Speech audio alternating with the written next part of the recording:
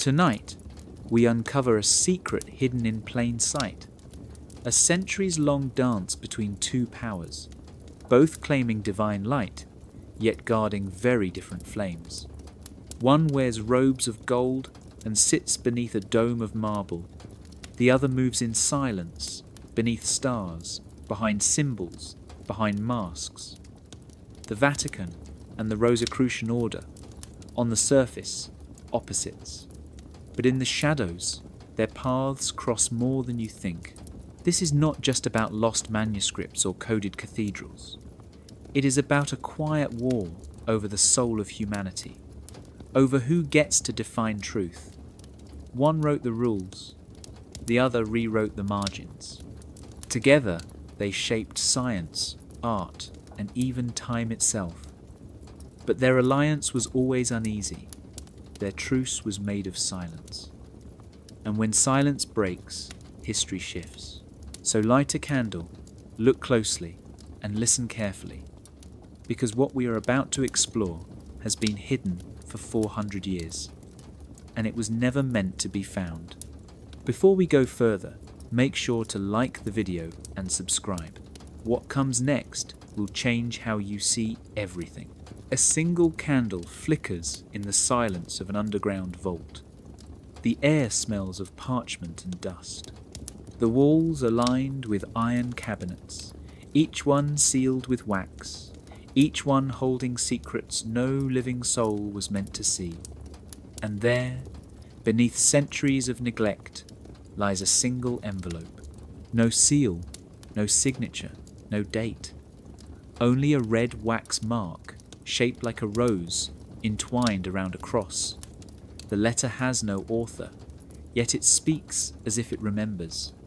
Inside, its words breathe like a ghost from another age, whispering of a hidden brotherhood that walked beside the church, not against it. They called themselves the Rosicrucians. The Vatican called them something else. The letter begins with a warning. It tells of a time when knowledge was divided into two streams, one for the world above and one for the world below. Above was the light of faith, shining through cathedrals and sermons. Below was the secret light, hidden in alchemical codes, carried by men who spoke the language of symbols rather than scripture. They were scientists, healers, and mystics, yet they dressed as monks. They copied ancient texts by candlelight, but between the lines they wrote the true instructions for awakening the human soul. The church saw them as useful. The Rosicrucians saw the church as a disguise. Both believed they were serving God, but perhaps they were serving the same truth from different sides of the same veil. The manuscript describes a strange partnership that began after the fall of Constantinople in the year 1453, when fleeing scholars brought the lost books of Greece and Egypt into the heart of Europe. The Vatican feared their power. Yet among those rescued scrolls were certain teachings so profound that even the papal scribes could not destroy them. Instead, they hid them in plain sight. The Rosicrucians were chosen as their secret custodians, not because they were trusted, but because they were invisible. Imagine a time when the Vatican's corridors echoed with the same words that filled alchemical laboratories, when the cross and the compass were not enemies, but twin instruments searching for divine order. The letter hints that in those centuries of silence, both powers worked together to rewrite human history, to veil what could not be explained, and to sanctify what could not be controlled. The result was a delicate equilibrium between faith and forbidden knowledge, a dance between light and shadow that neither side could afford to end. But the letter does not stop there. It warns that somewhere in the Vatican's archives lies the complete record of this secret alliance. It was written not for priests or kings, but for those who would one day ask the forbidden question: who truly holds the light of God? The church that guards the heavens, or the order that deciphers the stars? No historian has ever confirmed this letter's existence. Those who claimed to have seen it vanished from public life. Yet the rose and cross still appear carved into marble columns, painted in hidden corners of ancient chapels, and printed on the first pages of books banned by the Church. Perhaps it is not the letter that is undated, but history itself. Perhaps time has been rewritten so many times that the real story now survives only as rumour. And perhaps, beneath the Vatican's sacred floors, the rose still blooms, waiting for someone to remember that its roots were planted long before any church was ever built. In every age there are two kinds of light. One burns in the open, wrapped in gold and incense, glowing from the altars of cathedrals where believers kneel in perfect obedience. The other hides in shadow, a quiet flame passed hand to hand, kept alive by those who refuse to let truth be caged. The Vatican called itself the guardian of the first light, the lamp of salvation. The Rosicrucians carried the second, the secret fire that promised understanding without permission. Between them stretched the longest rivalry in human history, a silent struggle over who would define the meaning of truth itself. The Church taught that knowledge belonged to heaven and could only descend through divine authority. The Order whispered that knowledge was already within man, waiting to rise from the soul like dawn breaking through fog. For centuries, both lights flickered side by side, sometimes cooperating, often pretending not to see one another. Yet in every monastery and university, the lines between them blurred.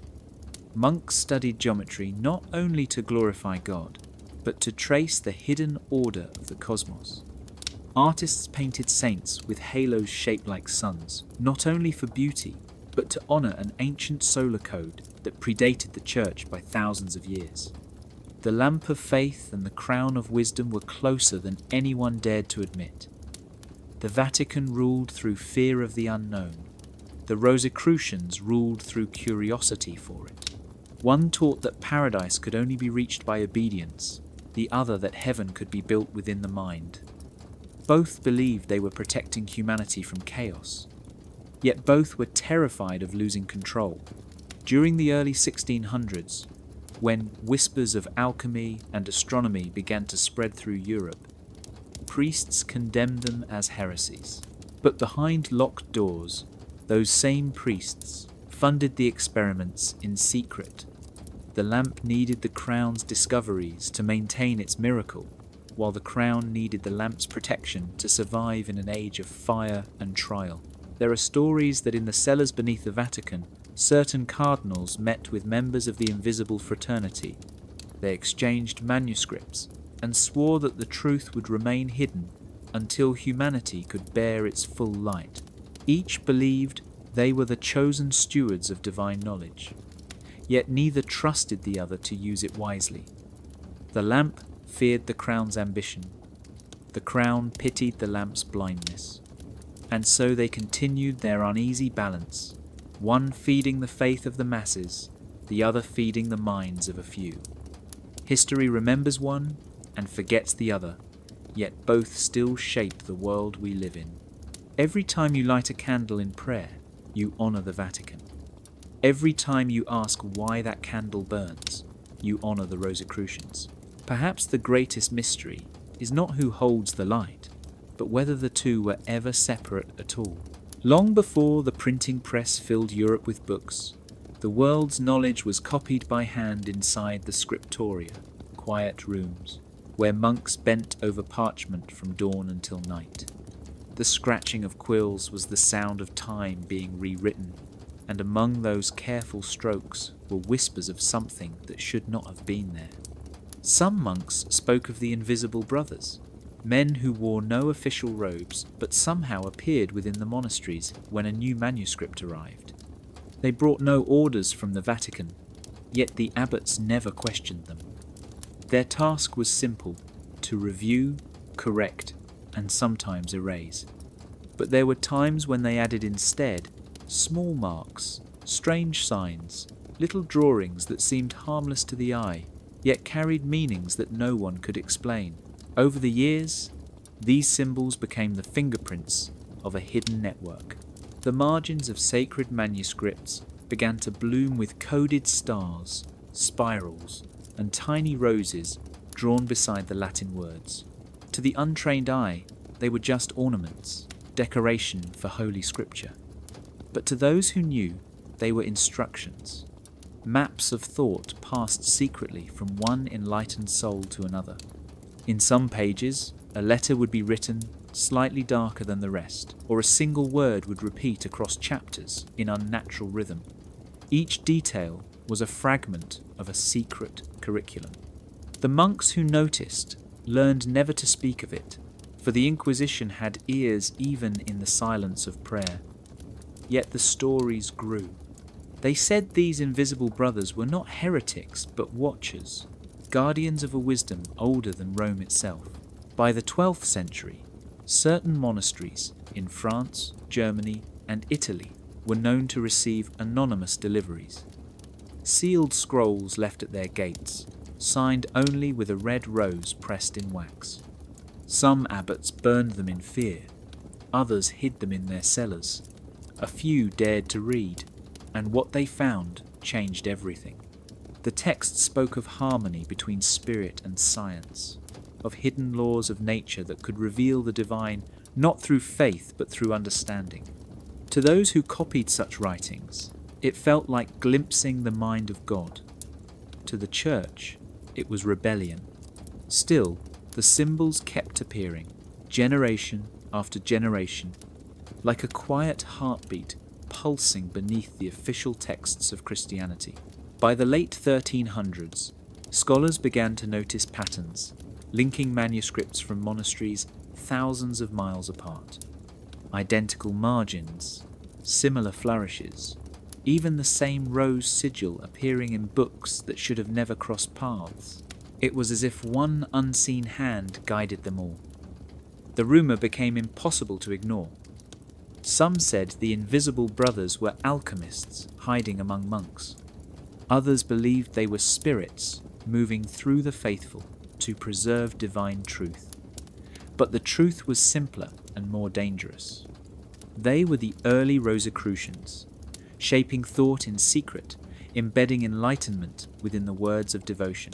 Their classrooms were the monasteries, their blackboards the pages of Holy Scripture, their students, men who never knew they were being taught. And in that hidden education, the foundation of a quiet revolution was already taking shape. Deep within the stone walls of medieval monasteries, where silence was law and prayer marked the hours, another kind of devotion unfolded. It was not the chanting of psalms or the copying of scripture, but the slow stirring of liquids in glass jars and the glow of fire beneath metal crucibles. The monks called it study, the church called it obedience. But what they were truly doing was alchemy. To most of the world, alchemy meant the impossible dream of turning lead into gold. Inside the monasteries, it meant something far deeper, the transformation of the soul through the mirror of matter. The Rosicrucian influence had already reached these cloisters, carried in secret letters and coded instructions passed from one brother to another. Under the vow of silence, they found freedom to explore mysteries forbidden elsewhere. They experimented with minerals and pigments, searching not only for new colours for sacred manuscripts, but for the hidden essences that bound nature together. In the cold light of early morning, you could find them grinding stones into powder, distilling plants into fragrant oils, or mixing mercury and sulphur while whispering Latin prayers meant to protect their work. To outsiders, it looked like harmless curiosity, but the Rosicrucian protocols were written between the lines, teaching that every metal, plant, and colour reflected a truth about the human spirit. Gold was purity, iron was strength, salt was wisdom preserved through hardship. Their laboratories were sanctuaries of knowledge disguised as places of worship. Some of the monks were healers, crafting medicines from herbs and minerals that seemed almost miraculous. They cured fevers, closed wounds, and eased pain with formulas that no physician could explain. The church approved because it looked like divine mercy, never realizing that these cures came from Rosicrucian methods combining observation, mathematics, and spiritual symbolism. When a monk healed the sick, he said it was through prayer. In truth, it was through understanding the hidden laws of nature that his prayer had power. Alchemy was not rebellion against God, it was a search for how God worked. Within those walls, the disciplines of faith and science began to merge. Every experiment started with a blessing. Every discovery ended with a confession. Failure was not sin, it was purification. The transformation of lead into gold was only a metaphor for transforming ignorance into wisdom. The Rosicrucians called this the great work, the magnum opus, and they hid it beneath the language of devotion, so no inquisitor could see it for what it was. By night the fires of the furnaces burned behind stained glass windows, their glow mistaken for candlelight. By day the monks returned to their prayers, humble and obedient. No one knew that beneath their robes were hands stained by experiments that would one day evolve into modern chemistry. The alchemists did not seek glory. They sought truth, and truth had to be hidden in plain sight. Behind stone walls, where silence was sacred, they built the bridge between the seen and the unseen, a bridge the world would not discover for centuries. The symbol of the Rosicrucians has haunted history for centuries, a red cross crowned with a single blooming rose. To most, it looks like a simple emblem of faith, a fusion of Christian devotion and natural beauty. But to those who understand its language, it is a map, not of land or sky, but of the human soul itself. The cross stands for the material world, the body anchored in time, bound by suffering and limitation. The rose, growing from its center, represents the awakening of hidden wisdom, the flowering of consciousness, rising from pain into illumination. Together they speak of transformation, not through denial of the world, but through its mastery. The cube, sometimes shown beneath them, is the foundation, the world of matter, geometry, and law, the stage where spirit must learn to build. The entire symbol, the rose upon the cross, upon the cube, is a silent lesson in becoming more than human while remaining fully human. In the 17th century, when the first Rosicrucian manifestos appeared, this emblem caused quiet panic within the Vatican. The Church saw in it a rival gospel, one that did not need priests or confession, one that placed the divine within every person rather than on a distant altar. The cross was their sacred image, yet here it was, reimagined as a tool of personal alchemy. To the Rosicrucians, the crucifixion was not only the story of Christ, it was the story of every soul that dares to die to ignorance and rise into understanding. The rose was the proof that even within the darkest suffering, beauty and truth could bloom. It was a message of liberation disguised as devotion, and that made it dangerous. Within Rosicrucian circles, initiates were taught that each petal of the rose corresponded to a stage of transformation. The unfolding flower mirrored the unfolding of consciousness.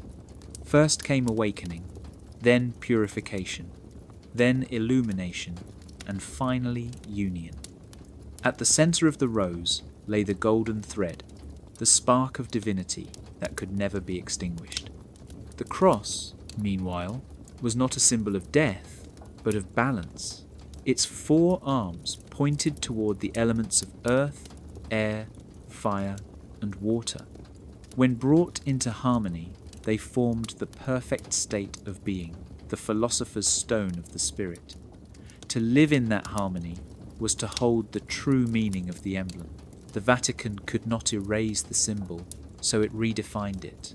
The rose became decoration, the cross returned to doctrine, and the cube was forgotten. Yet even in the grand churches of Europe, if you look closely, the emblem remains hidden in carvings and stained glass, left behind by craftsmen who were part of the order or sympathized with its message. To them, faith was not a chain but a key. The rose and the cross were not opposites but companions, one born of the earth, the other reaching for heaven. The Rosicrucians believed that when the rose finally blooms fully upon the cross, humanity itself will awaken. And maybe that is why the symbol still endures, quietly reminding us that truth is not only found in temples of stone, but also within the heart that dares to open. Deep within the heart of Rome, behind marble walls and golden domes, lies a secret most visitors never suspect. The Vatican is said to hold not one library, but two. The first is the one the world knows, the vast public collection filled with ancient scrolls, maps and manuscripts open to scholars who follow the rules. It is the face of transparency, the proof that the Church preserves knowledge for the good of mankind. But beneath that noble image lies another, quieter archive, a hidden armarium guarded by silence, where books that do not fit the official story are kept away from the eyes of the world. Together, they form Rome's double library, one that shapes what people believe and one that protects what they must never know. The first library is a monument to faith and learning. Its halls shine with frescoes, and its shelves overflow with the works of saints, philosophers, and kings. Here, history follows the Church's rhythm, moving neatly from creation to salvation. It is the library of certainty, of order, of truth, carefully measured and approved. But even in those luminous corridors, strange rumours persist. Scholars whisper of missing volumes, references in old catalogues that lead nowhere, and texts once cited by theologians that have quietly vanished. They say these lost works have not been destroyed but moved, carried through locked doors into the other collection where daylight never reaches. The private armoria is different. It does not boast or invite, it hides. Its very existence is denied, though whispers of its size and contents have circulated for centuries. Inside, according to those who claim to have seen it, are manuscripts bound in languages that few can read. Some describe maps of continents not yet discovered when they were drawn. Others speak of letters between popes and mysterious scholars of the invisible fraternity, the same order of the Rosicrucians who once promised to unite science and spirit. There are said to be codices on alchemy, astronomy, and medicine that challenge everything the Church once taught. If the public library feeds the faithful, the private one feeds the guardians of power. Why keep two libraries? Because truth is dangerous when given without control. The Church feared that raw knowledge could tear the fragile fabric of belief that held Europe together. So it preserved the forbidden, not to destroy it, but to rule it. Every book hidden was a seed of change, kept under lock and key. The Rosicrucians, who believed in enlightenment through understanding, saw this as both tragedy and genius. The Church had become the ultimate alchemist, transmuting knowledge into authority. The double library was its philosopher's stone. Even today, some historians claim that deep beneath Vatican City, in climate-controlled vaults, the second library still grows. Its books are untouched, its doors unmarked, and maybe among them lies the record of how faith and secret science once worked together. Rome's double library is not just a place, it is an idea. One teaches what to think. The other remembers what must never be forgotten. There are no official documents describing it, no papal seals, no signatures written in ink. Yet every historian who studies the strange overlap between the Vatican and the Rosicrucian Order eventually stumbles upon the same invisible thread, a quiet understanding that kept both powers from open conflict. They call it the Concordat of Silence.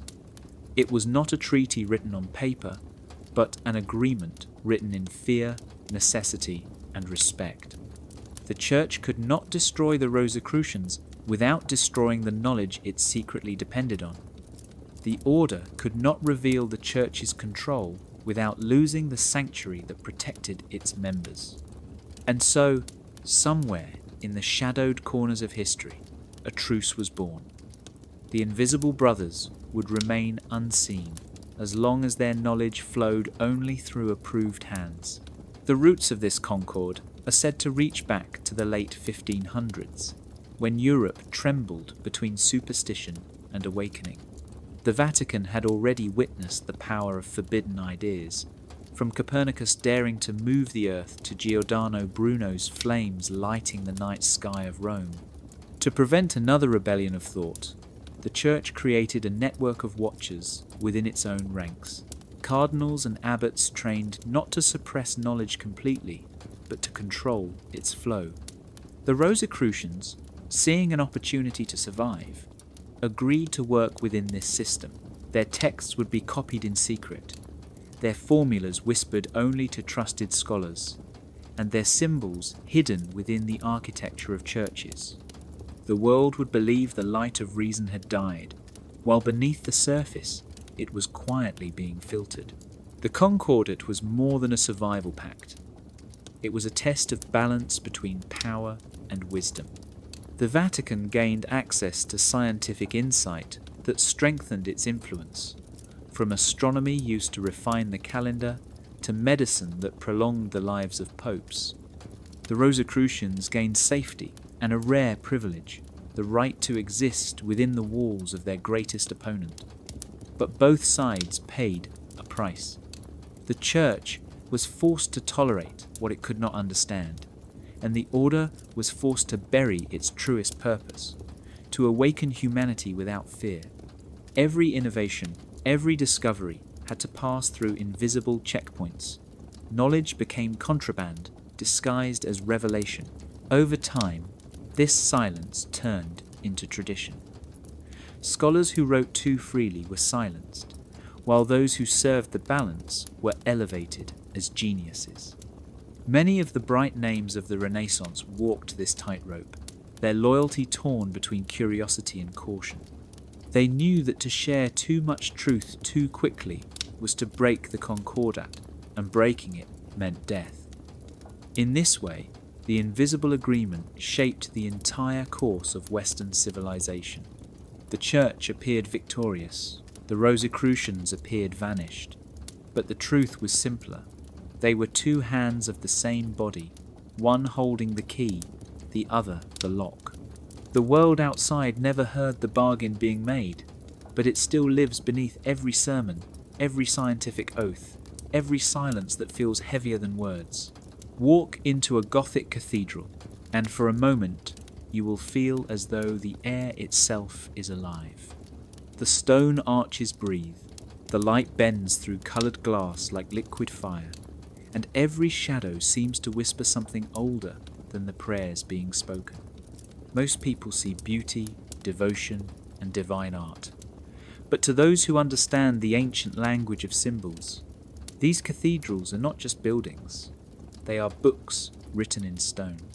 Each column, window, and angle forms part of a message left by minds who knew how to hide truth in plain sight. The Rosicrucians called it the sacred geometry of light, a code that could turn architecture into revelation. To the uninitiated it was decoration, to the initiated it was instruction. When the great cathedrals of Europe rose between the 12th and 15th centuries, the Church told the world they were built to glorify God. That was true, but not the whole truth. The architects and masons who designed them belonged to brotherhoods that predated the Vatican's control, groups whose traditions reached back to Egypt and Babylon. They saw architecture as the mirror of heaven, a way to capture cosmic laws in form and measure. Every arch followed the proportions of musical harmony. Every spire pointed to the movement of a star. The cathedrals were living diagrams of creation, mapping the relationship between the divine and the human. Yet within those precise lines lay another layer of meaning. Hidden ratios and carvings encoded hermetic teachings, the same principles the Rosicrucians cherished. that the universe is reflected within man, and that knowledge of oneself is knowledge of God. Light was their favorite language. As sunlight poured through stained glass, it revealed shifting colors that changed with the hours. To the faithful, it symbolized God's grace. To the adepts, it demonstrated the unity of spirit and matter, the alchemical marriage of fire and earth. The very paths of light across the floor were drawn to align with equinoxes and solstices, marking sacred days not listed in any Bible.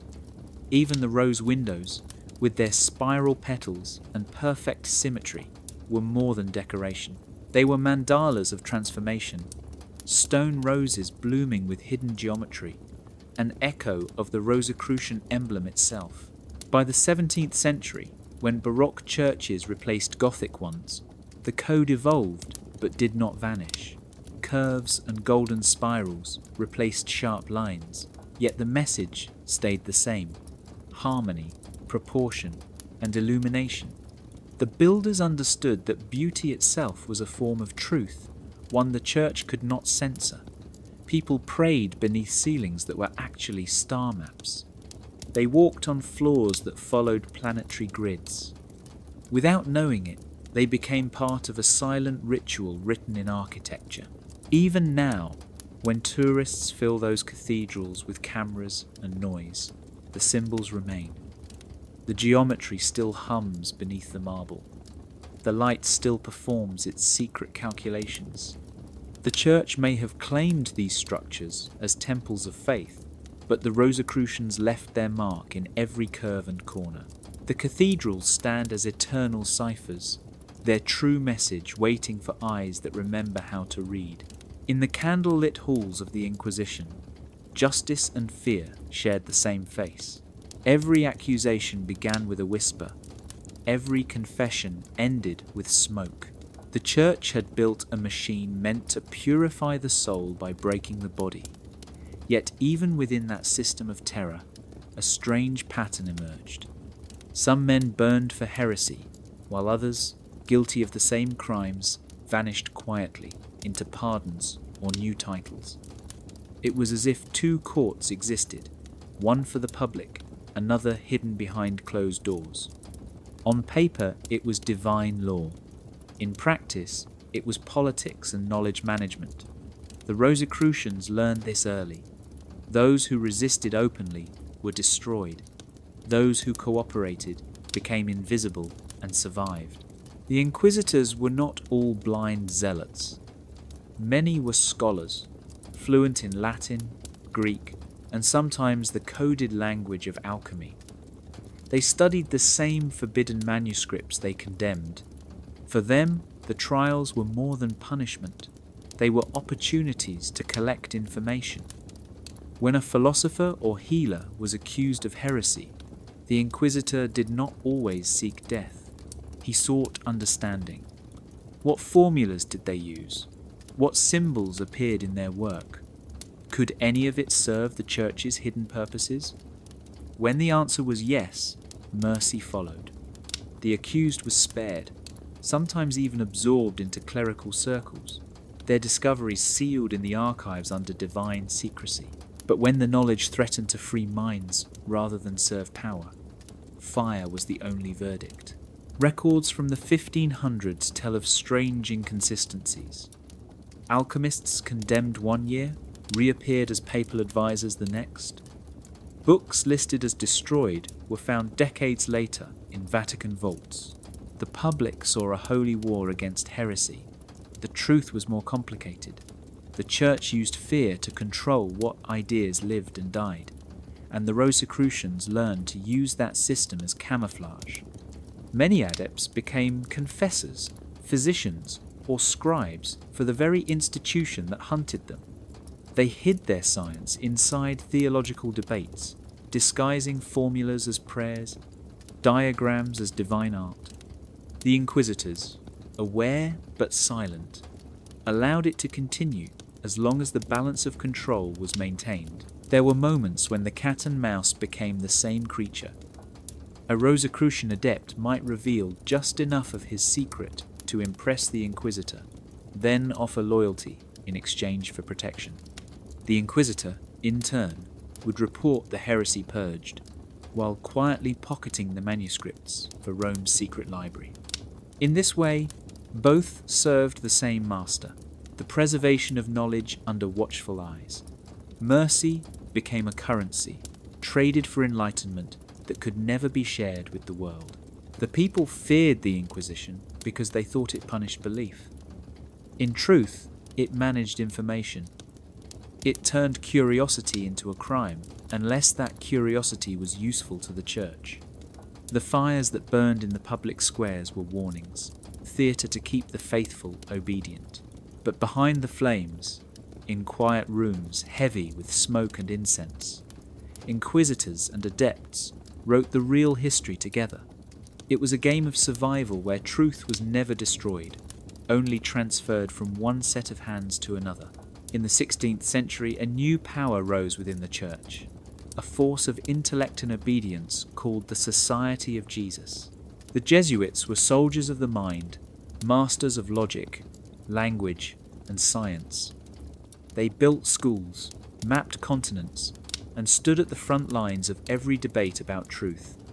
Yet in their devotion to order and discipline, they became an unexpected mirror to the Rosicrucian Order. Both sought knowledge. Both believed in divine purpose. But where the Jesuits demanded submission to hierarchy, the Rosicrucians preached inner revelation. One looked outward to serve authority. The other looked inward to awaken the soul. Between them stretched a tension that would define the spiritual battle of the modern world. The Jesuits were brilliant organizers. They turned curiosity into structure, transforming ideas into instruments of faith.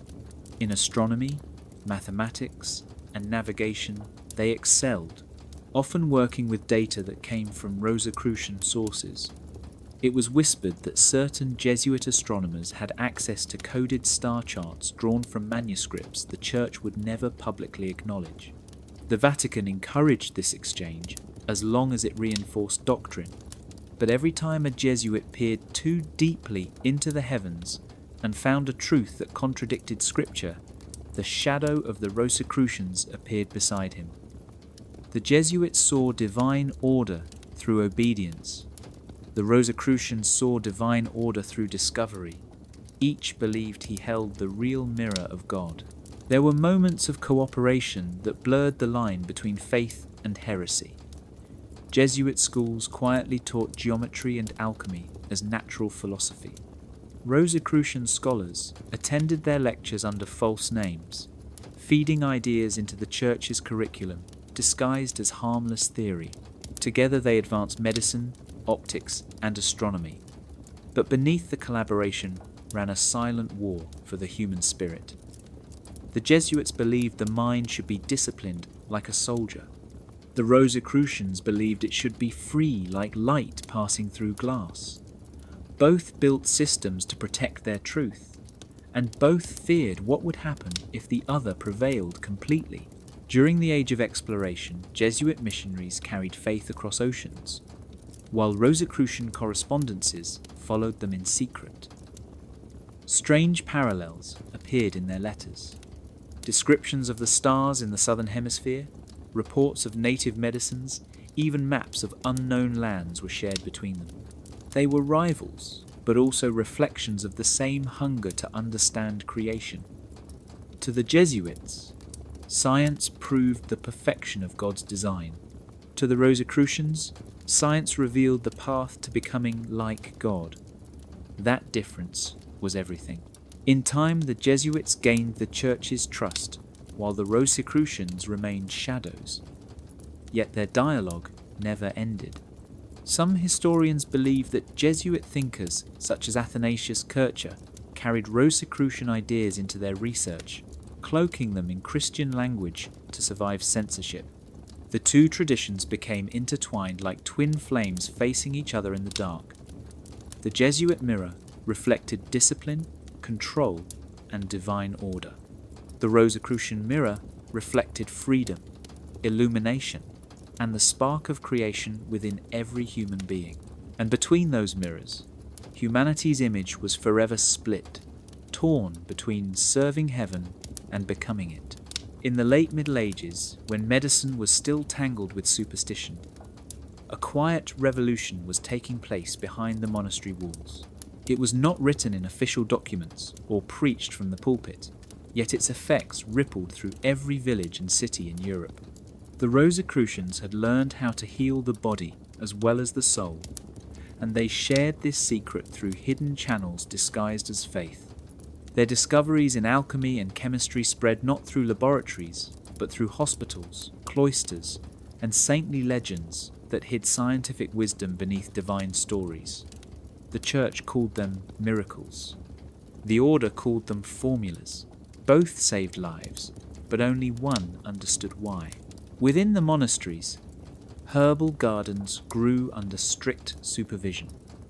To most, these were places of devotion, where brothers cultivated plants for simple remedies. But the Rosicrucian-trained physicians who tended them saw something different. Every leaf and root carried a symbol of cosmic law.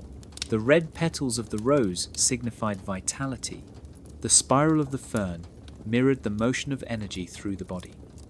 Mixing these elements was not random, but ritual, a reflection of harmony between nature and spirit. Their medicines worked not because of superstition, but because they followed patterns that modern science would one day recognize as chemistry. Still, to survive under the watchful eye of the Church, their art had to remain invisible. Whenever a healer cured a disease that doctors could not, the Church declared it a miracle and canonized the act under a saint's name. The Rosicrucians allowed it, understanding that faith could shield their work better than secrecy alone. Stories spread of relics that healed with a touch, or waters that cured blindness.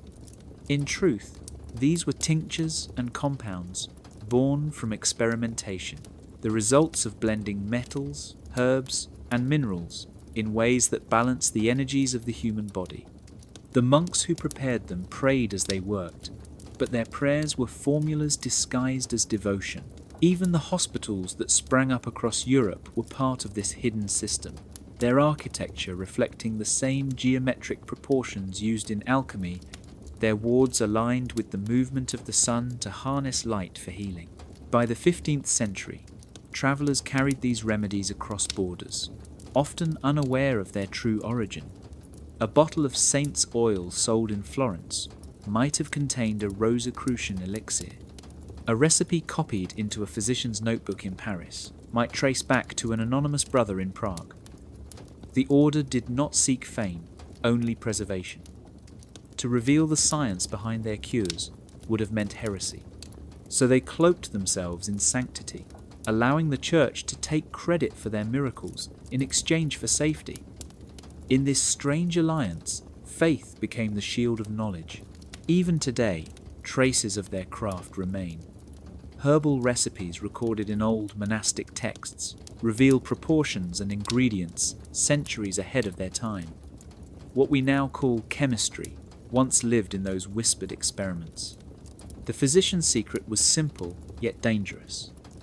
Healing was not only a gift from heaven, it was proof that humanity could learn to wield divine power on its own, and that truth was something no institution was ever ready to admit. For centuries the sky was the Church's clock. The rising of the sun marked prayer, the moon governed festivals, and the movement of stars confirmed the passage of sacred time. Yet even the heavens began to rebel against the timeline written by men. By the late 1500s, astronomers across Europe noticed that eclipses, comets, and planetary alignments no longer matched the dates recorded in scripture or history. The calendar of God's creation and the calendar of Rome had drifted apart. It was more than an error of days. It was a crack in the story of time itself. Behind the scenes, a quiet group of scholars began to search for answers. Men who studied the sky, not to worship it, but to decode it. Many of them were Rosicrucians. In their secret observatories hidden within monasteries and castles, These astronomers charted the movements of stars with instruments forbidden to common scholars. They saw patterns no one else could explain. Comets reappearing centuries early, eclipses described by ancient writers that should not have occurred at all. They realized something unthinkable. The official dating of history, carefully kept by the Church, contained missing years and misplaced centuries. The Rosicrucians called it temporal corruption, a distortion of memory woven into the structure of time itself. But to publish such findings would have been heresy. To question the calendar was to question divine authority. So they did what they always did. They hid the truth in plain sight. Their corrections were embedded within the works of art and devotion. Star atlases printed under church supervision contained slight misplacements of constellations that only the initiated would notice. A hymn cycle written for cathedral choirs carried rhythms that encoded lunar phases. Paintings of saints secretly mirrored the geometry of celestial paths. Even the great Gregorian reform of 1582, which adjusted the Julian calendar, carried traces of their influence. Some believe that the formulas used to realign the year were borrowed from Rosicrucian tables quietly delivered to papal mathematicians. The Church claimed it as a triumph of divine order, but the order knew the truth. They had corrected the sky while keeping their names erased from history. For the Rosicrucians, the heavens were not just stars, but memory, a record that could never be rewritten. If time itself had been edited by human hands, then the stars were the only remaining witnesses. They believed every comet that crossed the sky was a messenger, a cosmic pen writing reminders of forgotten epochs. To them, studying astronomy was a sacred duty, restoring harmony between heaven and earth. The Church tolerated their findings as long as they were framed as praise, not proof. Thus the astronomers spoke in riddles, their calculations cloaked in poetry and prayer. Even now, if you trace the ancient star maps kept in Rome and compare them to modern data, small discrepancies remain, deliberate and precise. They are the fingerprints of those invisible scholars who corrected history without ever stepping into daylight. Calendars and comets became their tools, their rebellion written across the night sky where no authority could erase it. In the end, the Rosicrucians did not challenge the Church. They simply looked beyond it, measuring time not by the ticking of the papal clock, but by the eternal rhythm of the cosmos. When the first printing presses began to hum in the 15th century, the Church saw them as gifts from heaven. Finally, the Word of God could be spread faster than any sermon, printed in black and white for every soul to read. But the same ink that carried Scripture also carried rebellion. The Rosicrucians saw the press not as a weapon of control, but as a door to awakening. They understood that the true revolution would not come from swords or thrones, but from pages that whispered questions no one dared to ask. Across Europe, a quiet network of printers began to appear. They called themselves craftsmen, but in truth they were part of the invisible college. Their mission was to smuggle light through ink. It began with small pamphlets and essays, unsigned and often published under false locations.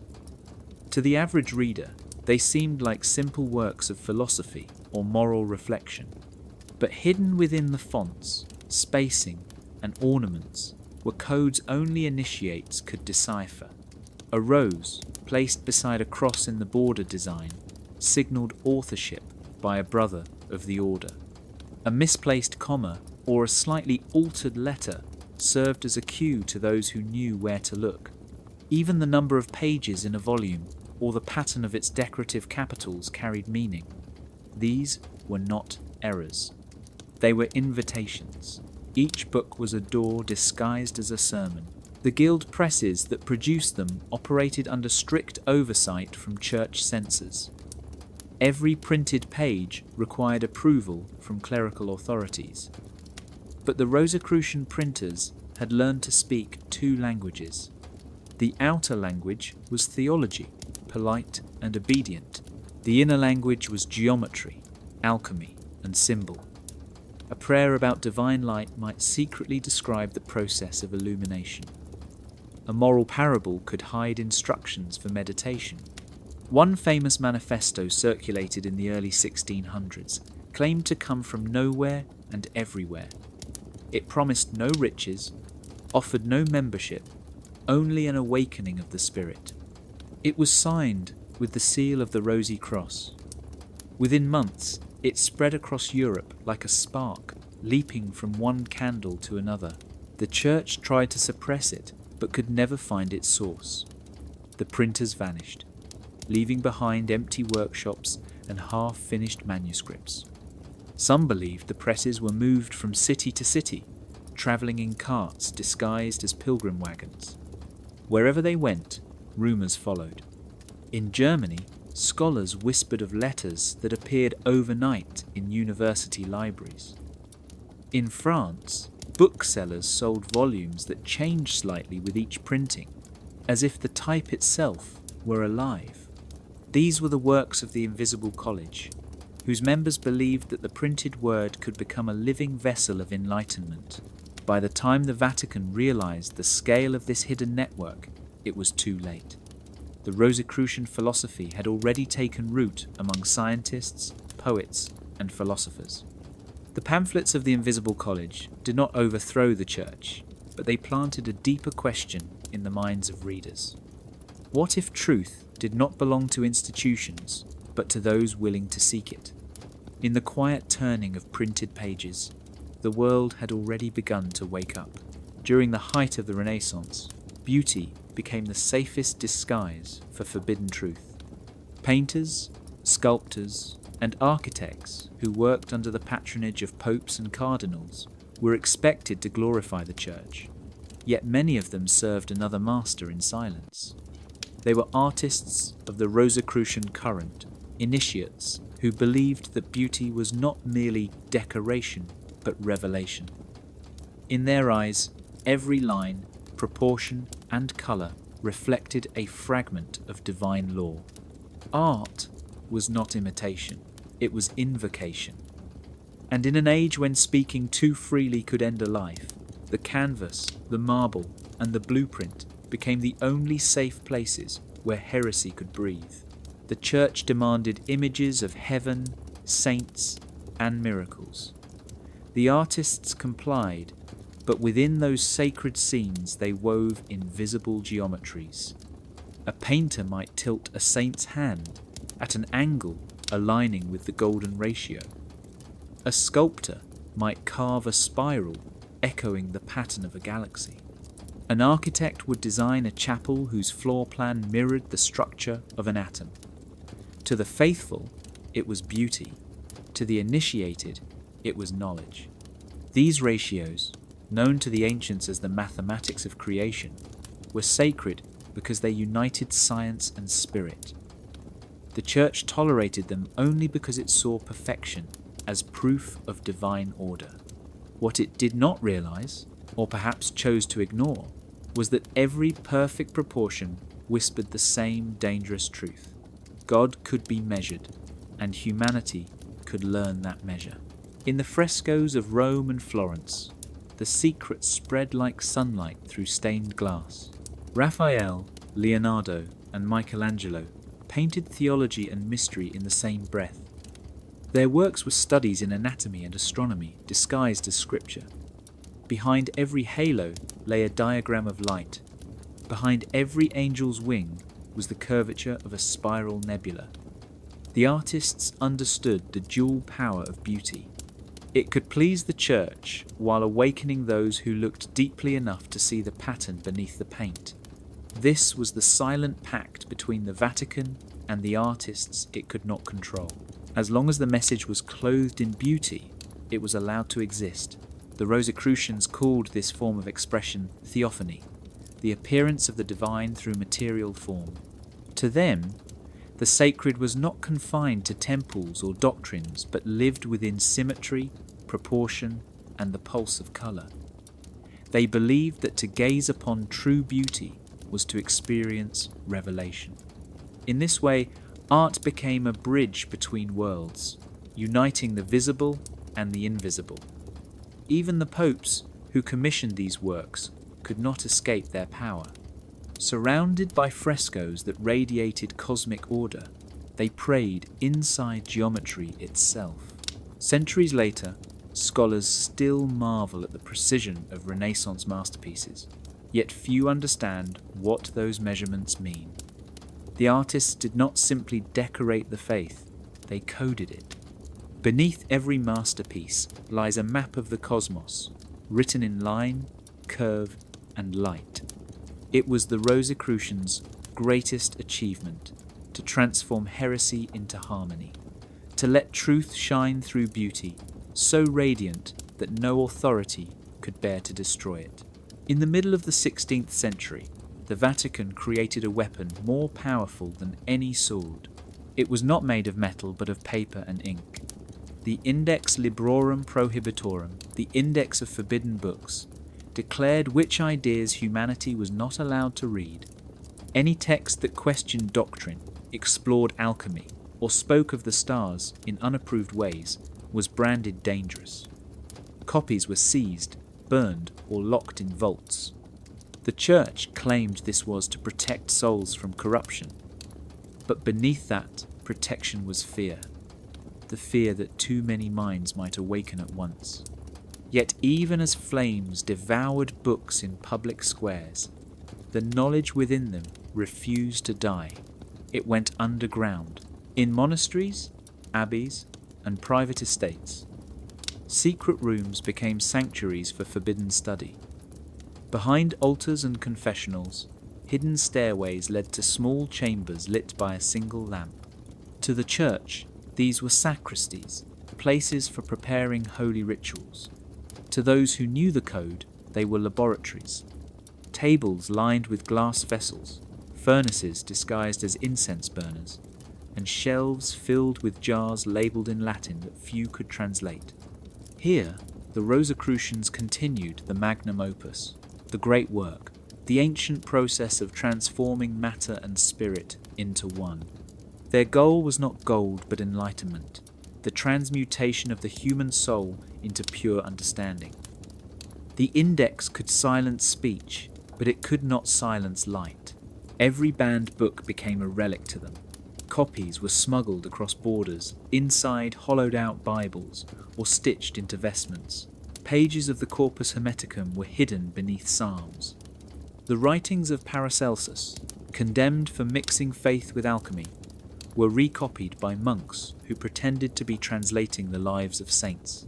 Even the works of Galileo, forbidden for daring to move the earth around the sun, found shelter inside private chapels where the ceiling stars told the real story of the cosmos. Knowledge lived on under the sound of bells and prayers. The church believed it had built a wall around truth, but the wall had cracks, and in those cracks the light of the work continued to glow. The Rosicrucians understood that every act of suppression was also an invitation. By hiding knowledge, the church made it sacred again. Those who sought it had to prove themselves worthy. The journey to find a single banned book became a rite of initiation. To read was to rebel, but also to remember. The great work was not only in glass and flame, but in thought and will. Every experiment was a prayer, every discovery a hymn. When morning mass echoed above, the adepts below stirred their mixtures in silence. They knew that the transformation of lead to gold was symbolic. The true metal being refined was the mind itself. While the world above lived in fear of forbidden words, the hidden laboratories of Europe burned quietly with purpose. The Index had created its own opposite, a brotherhood of seekers who proved that no decree, no censorship, could ever imprison the human spirit's hunger to know. The 17th century was an age when faith became a battlefield. Europe burned with wars between Catholics and Protestants, each claiming to hold the only true light of God. Cities were sacked, kingdoms divided, and millions perished in the name of salvation. Yet, in the shadows of that chaos, another war unfolded, one fought not with armies but with ideas. The Rosicrucians stood at its quiet centre. Their science, their instruments, and their secret archives became treasures sought by both sides. To the soldiers, victory meant land. To the rulers and priests, victory meant knowledge. Behind the treaties that ended wars of faith, hidden clauses ensured that the order's wisdom was never far from the negotiating table. The rulers who sent men to die for belief also sent envoys to monasteries, libraries, and observatories, searching for those who could turn knowledge into advantage. The Rosicrucian adepts were experts in chemistry, medicine, and engineering. They could design machines of war, create medicines that saved armies, and predict weather by reading the stars. Both the Vatican and its Protestant rivals knew this.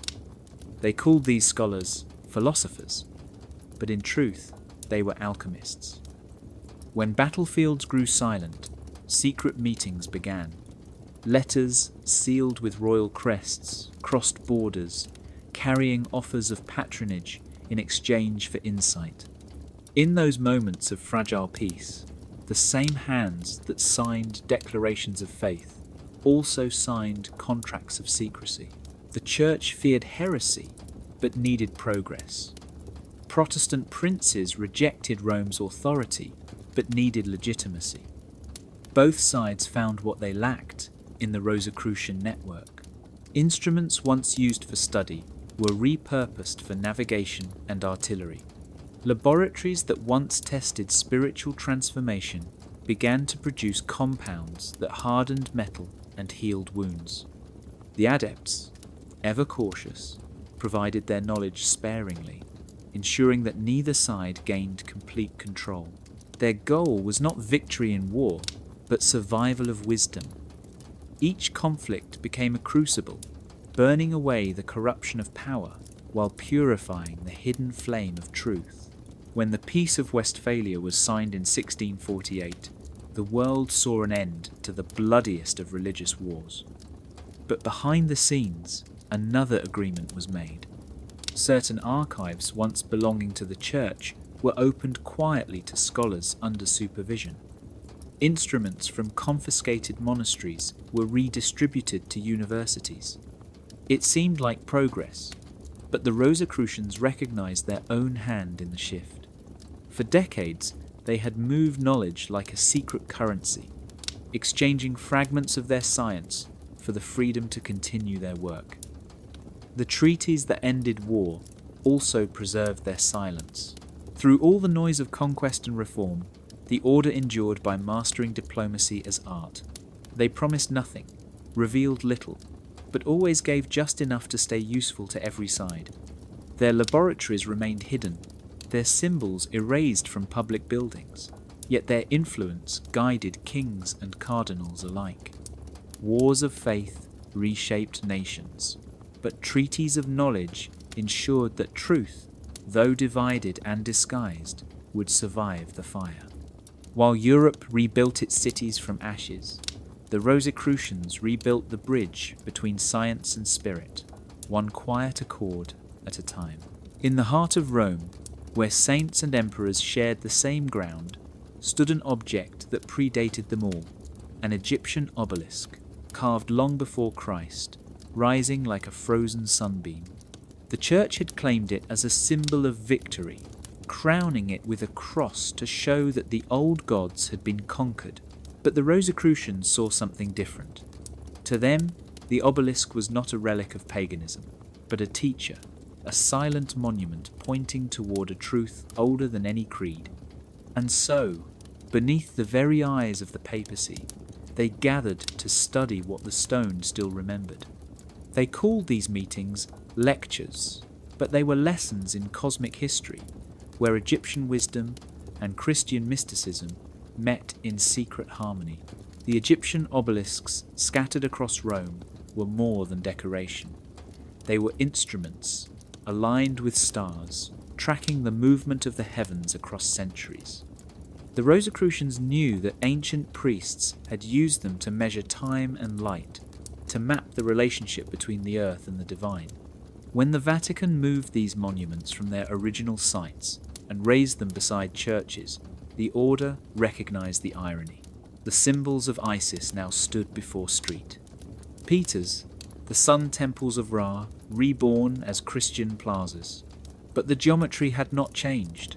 The stones still spoke in the language of proportion and light, a language the Rosicrucians could read. By the 17th century, gatherings began to appear disguised as theological discussions. A scholar might speak on the harmony of creation, quoting scripture while drawing diagrams that traced back to the Book of Thoth. A monk might present a study of angels that mirrored Egyptian teachings on the Ka and Ba, the dual souls of man. Cardinals and bishops attended these lectures, thinking they were hearing praise of Christian mystery, never realizing they were being introduced to Hermetic philosophy. The lecturers used words like grace and resurrection, but behind those words lived alchemical principles, transformation, ascent, illumination. The cross atop the obelisk became the perfect symbol for this union, heaven and earth, joined through geometry and light. The Rosicrucians did not seek to replace the church, but to awaken it. They believed that Christ's message was not contradiction but continuation, that the same divine spark that spoke through Egypt's temples still burned in the heart of Christianity. The obelisk and the rose were their symbols of this bridge, the rose representing the unfolding of inner light, the obelisk, the eternal pillar that connects spirit and matter. Under the shadow of the Vatican, they taught that faith and knowledge were not enemies, but two paths to the same summit. Even today, the obelisks of Rome remain aligned with constellations invisible to the naked eye. Tourists walk past them without seeing the invisible lines stretching from stone to star. Yet those who understand geometry know that every shadow cast by the obelisk still points toward a forgotten truth. The rose at the obelisk was more than a meeting place. It was a quiet revelation, a reminder that wisdom never dies, it only changes its language to survive. The year was 1681, when a Vatican cardinal began writing a private diary that would never appear in the archives. His name has been erased from official records, but fragments of his words survive, copied in secret by those who recognized their value. He was not a rebel or a heretic. He was a man of faith who stumbled upon the doorway between doctrine and gnosis and chose to step through. His diary begins with a confession not of sin, but of curiosity. If God made the universe, he wrote, then every law of nature must be a verse of his scripture. To study creation is not defiance, it is devotion. That line alone would have been enough to end his career if anyone had read it. But he wrote on, each entry pulling him deeper into the world the church feared to name. He had been sent to oversee a commission cataloguing ancient manuscripts brought to Rome from the East. Among them were Hermetic texts written in Greek and Coptic, said to have been translated by early Christian monks. Most of his peers dismissed them as pagan superstition. He did not. He saw in them echoes of the same mysteries hidden in the Psalms and the Gospel of John. The idea that the divine spark lived within each human soul struck him not as blasphemy, but as proof of God's closeness. It was during these late nights, among the scrolls, that he was approached by a scholar wearing a simple silver ring engraved with a rose. The man spoke softly about harmony between faith and knowledge. Within weeks, the cardinal began attending quiet meetings beneath one of Rome's oldest basilicas. There he listened, questioned, and eventually understood that the Rosicrucians had been hiding in plain sight. His diary tells of the moment he crossed the threshold. In candlelight, he was asked to recite a verse from the book of Genesis, then from the emerald tablet of Hermes. The words mirrored each other, creation above and below, divine order reflected in matter. He realized that these teachings did not reject the Church, they completed it. Yet he also saw the danger. The Vatican survived on certainty, and Gnosis thrived on questions. One required obedience, the other demanded awakening. The two could meet for a moment, but never coexist for long. He wrote, "Faith asks me to kneel. Knowledge asks me to stand. I cannot do both forever." For a time, he lived a double life. By day, he preached sermons on humility. By night, he studied the harmony of the spheres and the alchemical stages of the soul. He reconciled them in his heart, but knew the institution around him could not. His final entry ends abruptly. "Truth and power walk together only until dawn," he wrote. "When the light grows too bright, one must retreat." Soon after, he disappeared from record, perhaps reassigned, perhaps silenced. Yet his words remain, proof that even within the marble heart of the Vatican, there were those who saw that faith and knowledge were never enemies, only two eyes through which the same light is seen. When Gian Lorenzo Bernini was chosen to reshape St. Peter's Square in the 17th century, the Vatican saw him as a loyal servant of faith, the greatest sculptor and architect of his age. What they did not realize was that Bernini's genius was not only artistic, but symbolic. Every column, fountain, and shadow he placed in stone carried a second meaning, a geometry of spirit that could teach as much as any sermon. The Church called his design a catechism in marble, a public invitation to salvation. But beneath that pious surface, Bernini built something far older, a city-wide initiation, a Rosicrucian compass carved into the heart of Rome. To the pilgrim approaching St. Peter's, the square unfolds like a revelation. The twin colonnades stretch out like open arms, but their oval shape hides a deeper message. Measured precisely, the ellipse matches the ratio of planetary orbits described by Kepler, a secret the Church was still reluctant to accept. The square's geometry reflects not obedience but harmony, the divine order of the cosmos translated into architecture. The pilgrim who walks from the shadow of the city into the light-filled centre unconsciously reenacts the path from ignorance to illumination.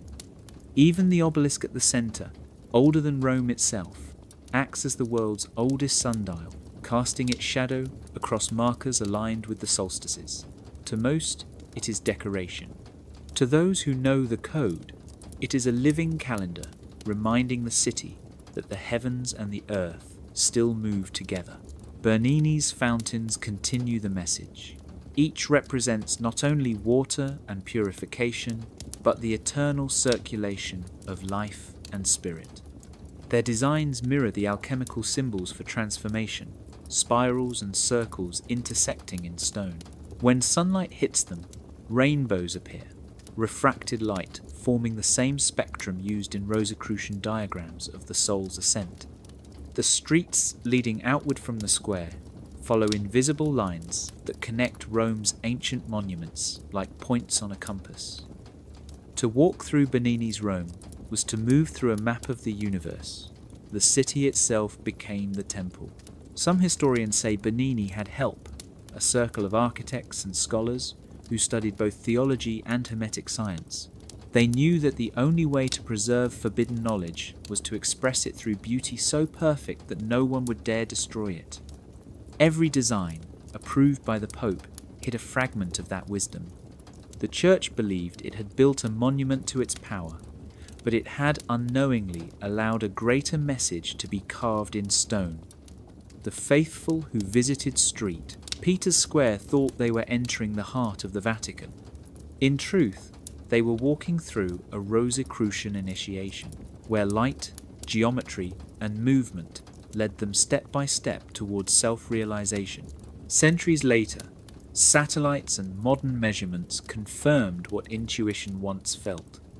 The alignments are too precise, the proportions too deliberate.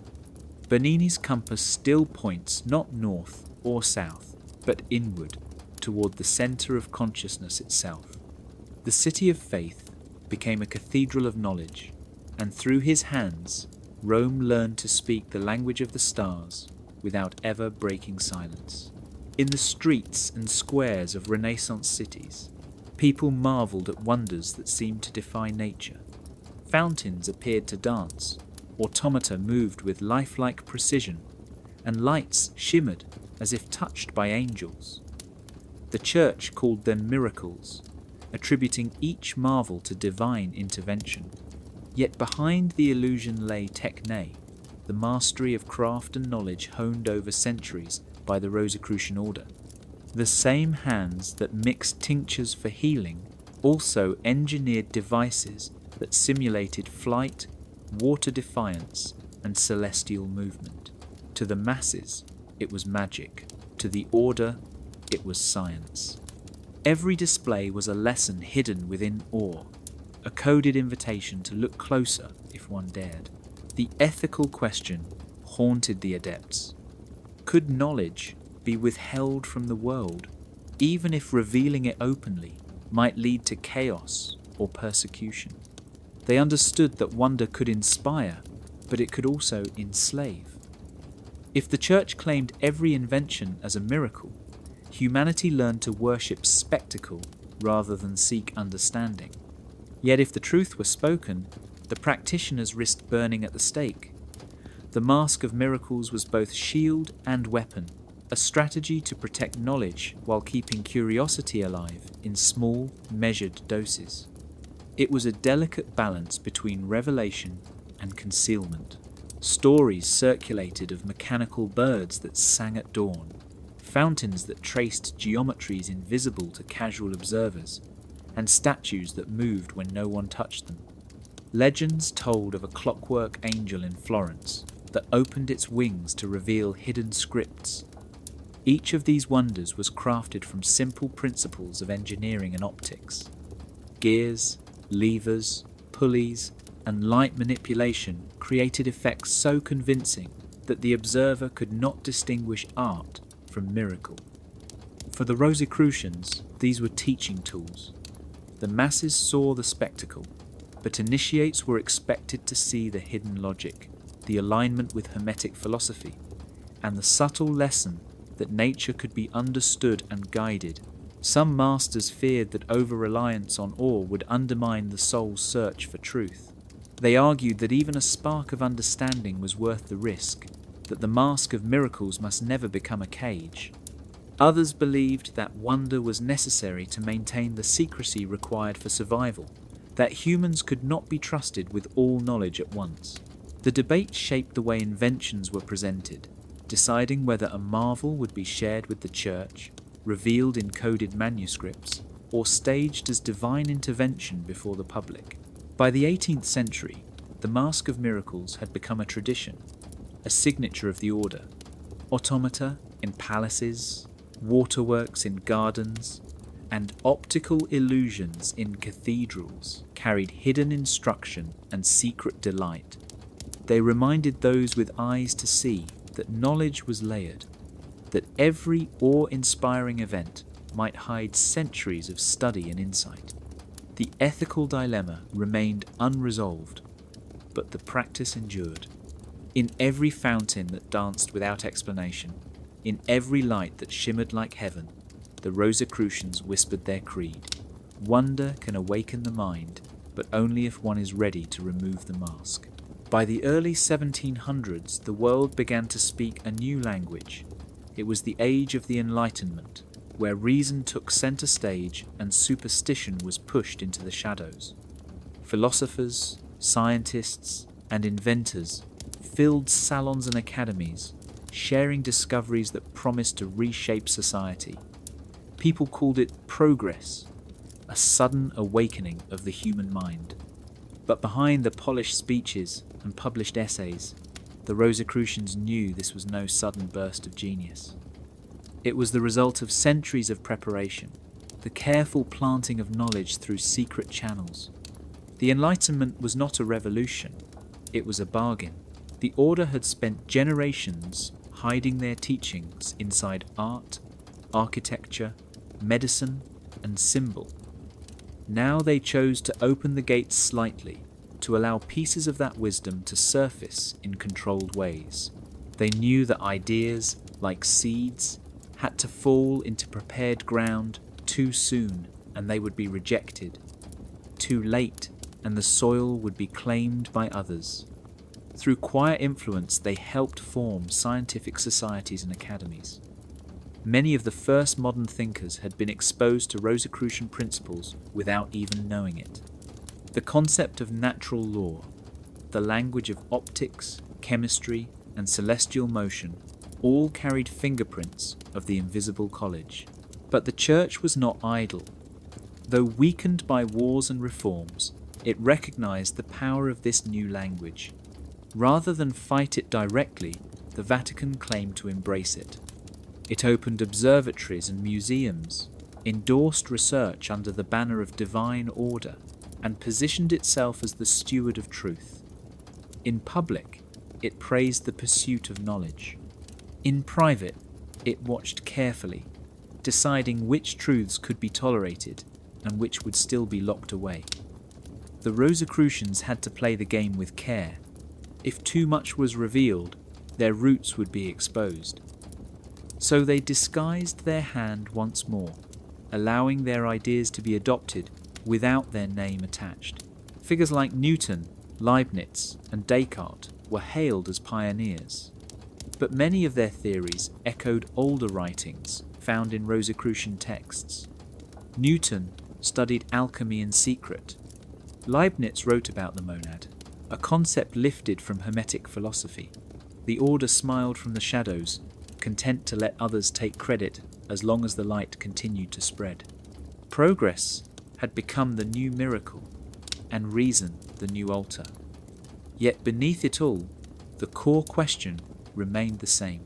Who controls knowledge, and why? The Enlightenment bargain was simple. The world would be given pieces of the puzzle, enough to build machines and map the stars, but not enough to awaken fully. The deeper truths about the self, the soul, and the divine pattern of existence would remain coded in symbols, waiting for those who could still read them.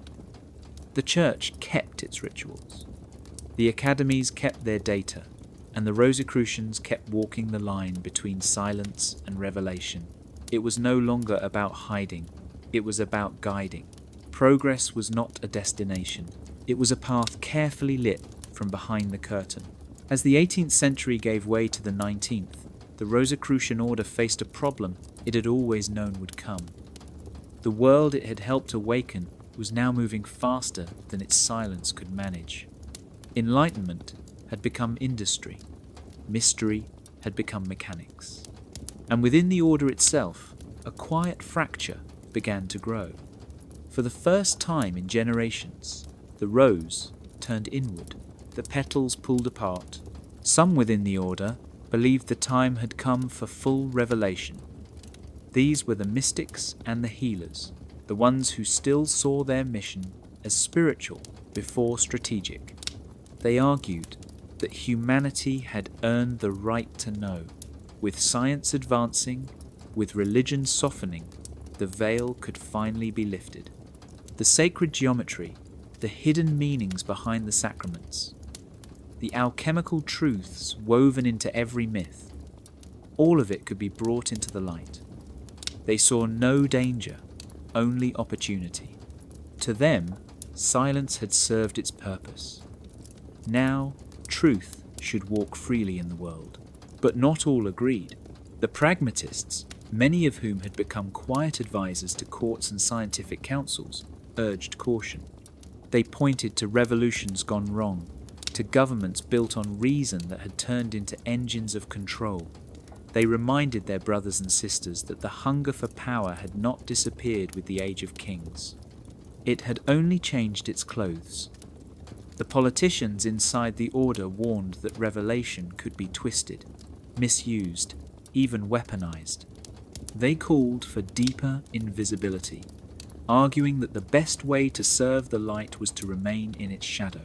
This rift was not loud. There were no expulsions, no dramatic ruptures. The order was too old for that. But, slowly, its paths diverged. Some groups began publishing under new names, forming esoteric societies that blended old symbols with new philosophies. They wrote about the soul, about consciousness, about healing and light, sometimes openly, sometimes just beneath the surface. Others retreated, sinking deeper into silence, keeping their libraries sealed and their teachings spoken only in whispers. The outer world saw 1,000 new movements, but the root beneath them all was the same rose, with its petals now scattered. Diaries from the period show this tension. A healer in Prague writes of dreams filled with spirals and stars, pleading with his elders to release more teachings. A councilman in Vienna reports concerns about the spread of false Rosicrucian orders diluting the core wisdom. One letter, unsigned and smuggled into a private archive, speaks of a gathering where no decision was made at all, only the acknowledgement that unity could no longer be assumed. The schism was not about doctrine, it was about timing, about fear and faith, about whether the world was ready or whether it would ever be. And so the order, once invisible but unified, became a constellation of different voices, some guiding from the dark, some lighting small fires, all still bound by the same vow to protect the flame of truth, even if they no longer agreed on how brightly it should burn. Somewhere between the late 20th and early 21st century, the order realized the libraries were vanishing, not in fire or flood, but in silence. Books that had survived centuries in stone vaults were being scanned, tagged, and uploaded. Manuscripts once hidden beneath altars or behind double walls were now appearing on screens, accessible by anyone with the right search term. But the Rosicrucians knew better than to celebrate. This was not liberation. It was a migration. The archives were not going public. They were becoming digital catacombs, buried under layers of data, so vast that even truth could be lost in the noise. The internet had once seemed like a new Alexandria, an open world where knowledge could spread faster than light. But it didn't take long for the censors to return, not with torches this time, but with algorithms and terms of service. Information was not burned, it was buried under distraction. Search engines decided what was seen. Platforms erased what could not be monetized. Every click was recorded. Every curiosity became a signal. The Order watched quietly as this new cathedral of glass and code began to reshape the world. They had hidden in shadows for centuries. Now they had to learn how to hide in light. The shift began slowly. Private forums replaced temples. Code words replaced symbols. Data encryption became the new sacred language.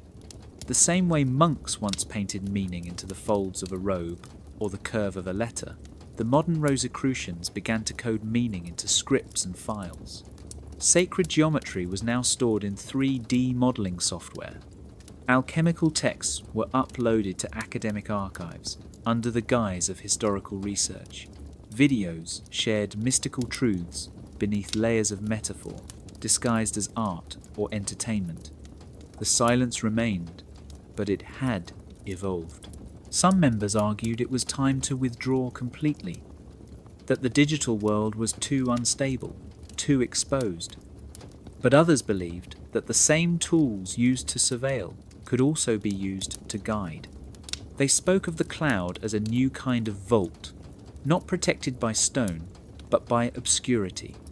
No longer one single library, but 1,000 fragments scattered across servers, forums, and personal devices.